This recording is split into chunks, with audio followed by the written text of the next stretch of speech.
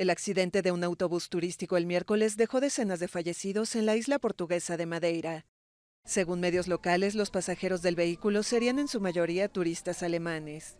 La Embajada de Alemania en Portugal confirmó que había ciudadanos de su país entre las víctimas.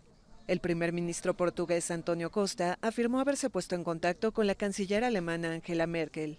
El accidente se produjo en Santa Cruz cerca de las 18:30 horas locales, cuando el autobús que transportaba a unos 50 pasajeros se salió de la carretera y dio varias vueltas de campana.